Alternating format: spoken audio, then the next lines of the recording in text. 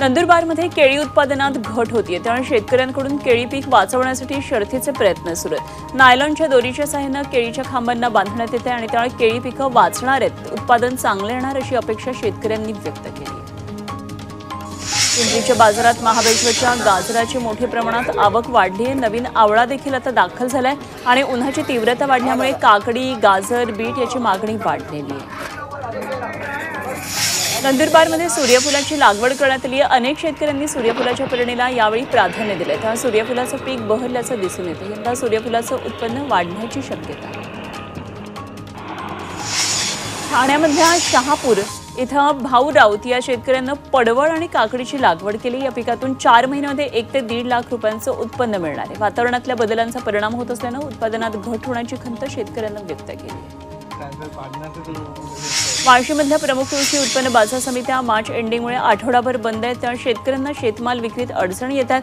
शेतकऱ्यांना त्यांचा शेतमाल खासगी बाजारात कमी दराने विकावा लागतो, त्यामुळे शेतकऱ्यांना आर्थिक फटका बसतोय। रमजान ईदसाठी आजपासून तर उद्यापासून बेस्टकडून जादा बसेस चालवण्यात येणार आहेत आणि दरवर्षी बासी ईदच्या दिवशी मुंबईमध्ये मोठ्या प्रमाणात रहदारी असते। ही बाब लक्षात घेता जादा बसेस धावणार आहेत। बासी ईदच्या दिवशी 128 जादा बसेस चालवण्याचा आराखडा तयार करण्यात आला आहे।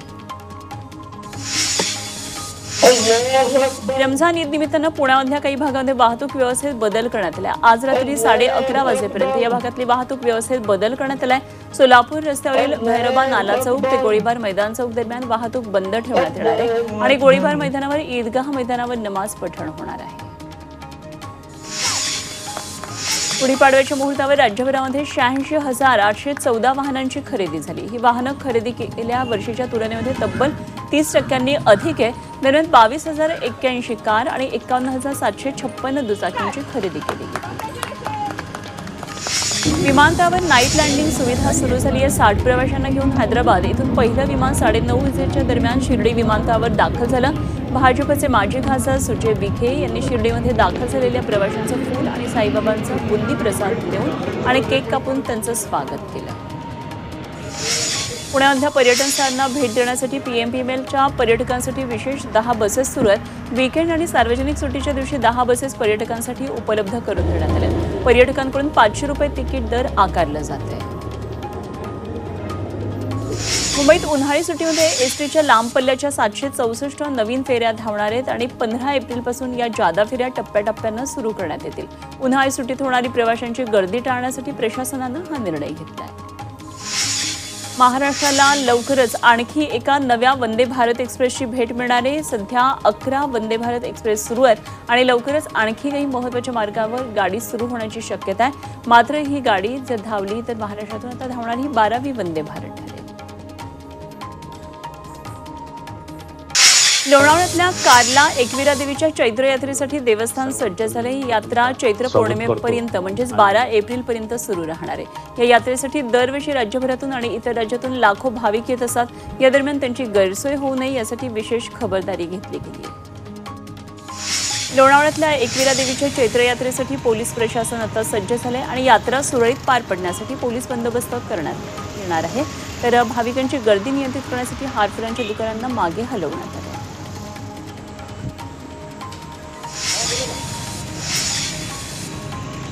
लोणावळ्यातल्या एकविरा देवीच्या यात्रेनिमित्तानं महामार्गाच्या वाहतुकीत बदल करण्यात आला आहे। एकविरा देवीचा चैत्री उत्सव हा 4 एप्रिलपासून सुरू होणार आहे, त्यामुळे जुन्या मुंबई पुणे महामार्गावर जड आणि अवजड वाहनांसाठी वाहतूक निर्बंध लागू करण्यात आले, तसंच पर्यायी मार्गाची व्यवस्थाही केली आहे।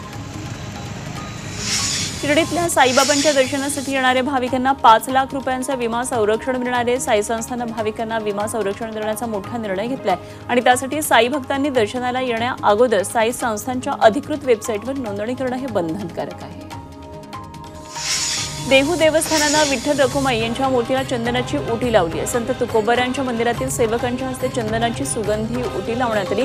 उन्हाळ्यात मूर्तींना थंडावा मिळावा यासाठी चंदनाचा लेप लावण्यात येतो। चंदनाच्या उठीबरोबर विविध फळांचा नैवेद्य देखील अर्पण करण्यात आला। धुळे जिल्ह्यामध्ये तापमानाचा पारा 40 अंशांपर्यंत पोहोचलाय आणि त्यानुसार महापालिका अलर्ट मोडवर आली आहे। या पार्श्वभूमीवर शहरातल्या 5 रुग्णालयांमध्ये उष्माघात कक्ष तयार करण्यात आलाय। दुपारी 12 ते संध्याकाळी 4 वाजेपर्यंत नागरिकांनी घराबाहेर पडूच नये असं आवाहन महापालिका आयुक्तांनी केलं।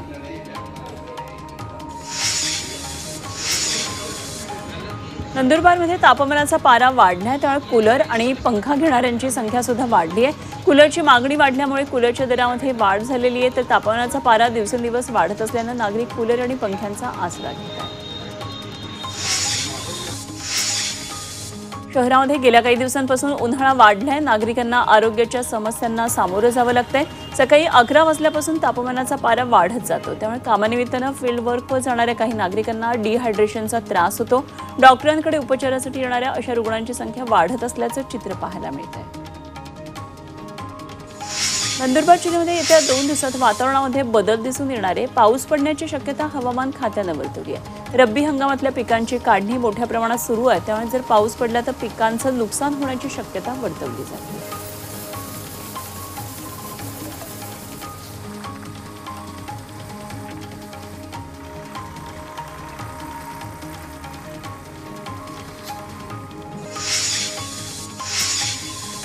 मोतीबिंदू शस्त्रक्रियेत महाराष्ट्र दुसऱ्या क्रमांकावर आहे। या शस्त्रक्रिया प्रधानमंत्री मोतीबिंदू मुक्त भारत योजनेअंतर्गत करण्यात आल्यात। राज्यात 3 वर्षात 25,69,000 मोतीबिंदू शस्त्रक्रिया करण्यात आल्यात आणि या शस्त्रक्रिया आरोग्य विभाग, वैद्यकीय शिक्षण विभाग आणि स्वयंसेवी संस्था तसंच खासगी रुग्णालयांच्या माध्यमातून करण्यात आल्या।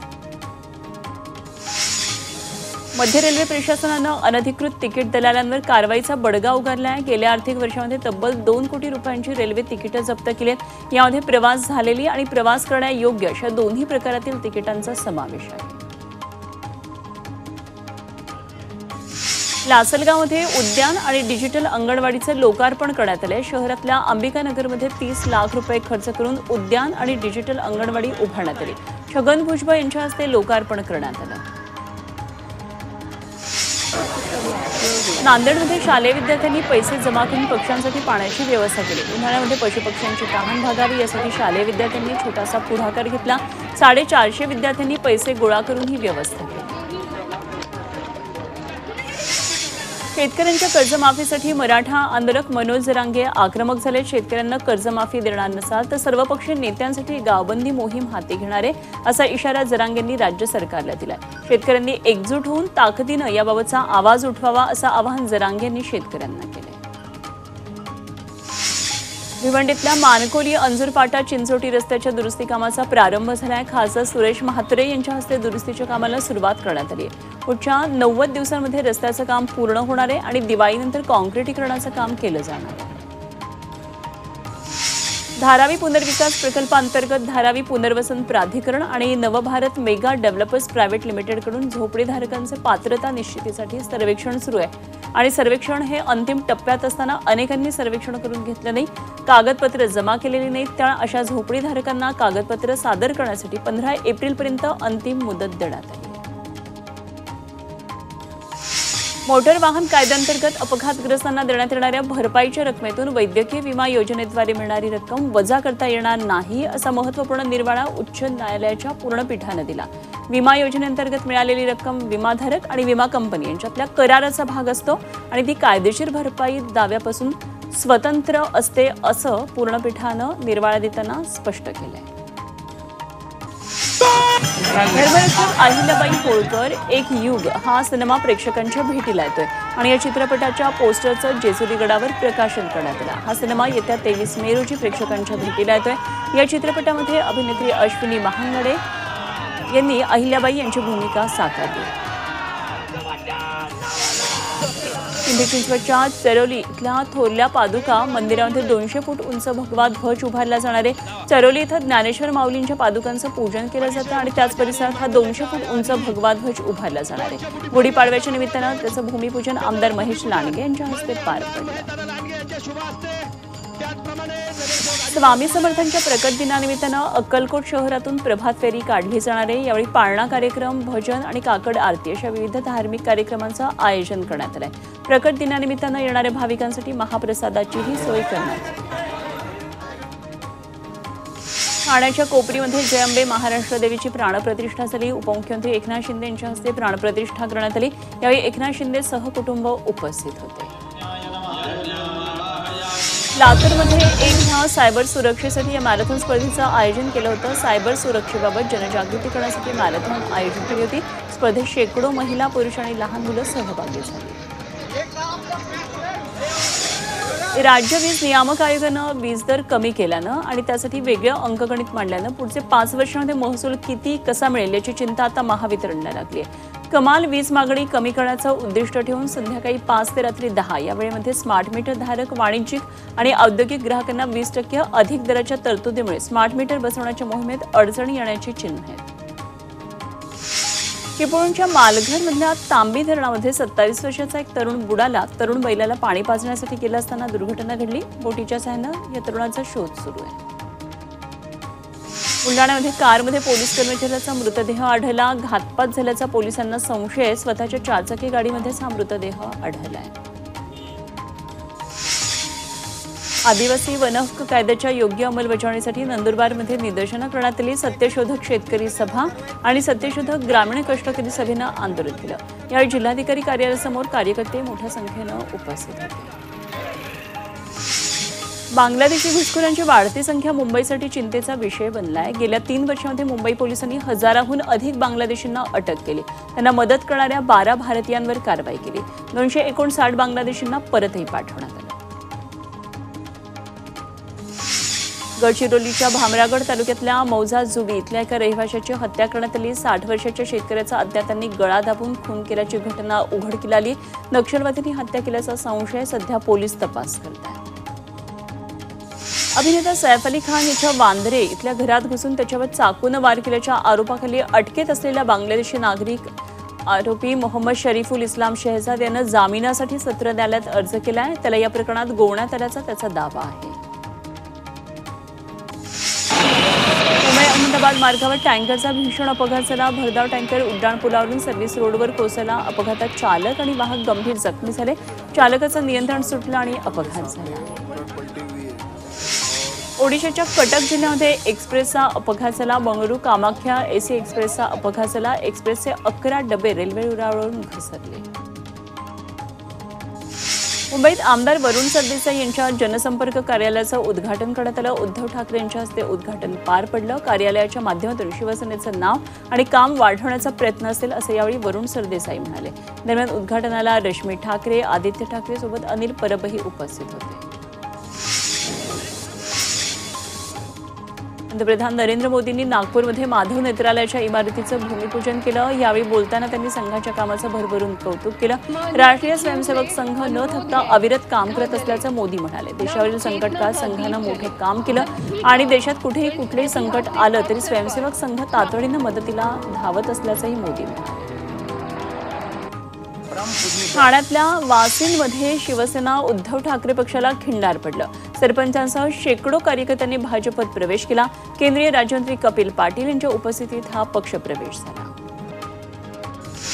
पुण्याचे माजी महापौर आणि राष्ट्रवादीचे नेते दत्ता धनकवडे यांच्या बंगल्यासमोर काळी जादूटोणा करण्याचा धक्कादायक प्रकार समोर आला। संबंधित आरोपी महिला गेल्या 4 महिन्यांपासून अमावस्येच्या दिवशी धनकवडी परिसरात वेगवेगळ्या ठिकाणी वेगवेगळ्या व्यक्तींच्या घरासमोर नारळ, दहीभात, उकडलेली अंडी, लिंबाच्या मदतीनं काळी जादू करत असल्याचं समोर आलंय।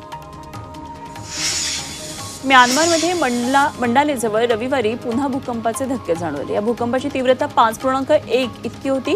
तर शुक्रवारच्या विनाशकारी भूकंपानंतर रविवारी पुन्हा भूकंपाचे धक्के बसल्यानं नागरिकांमध्ये घबराट पसरली।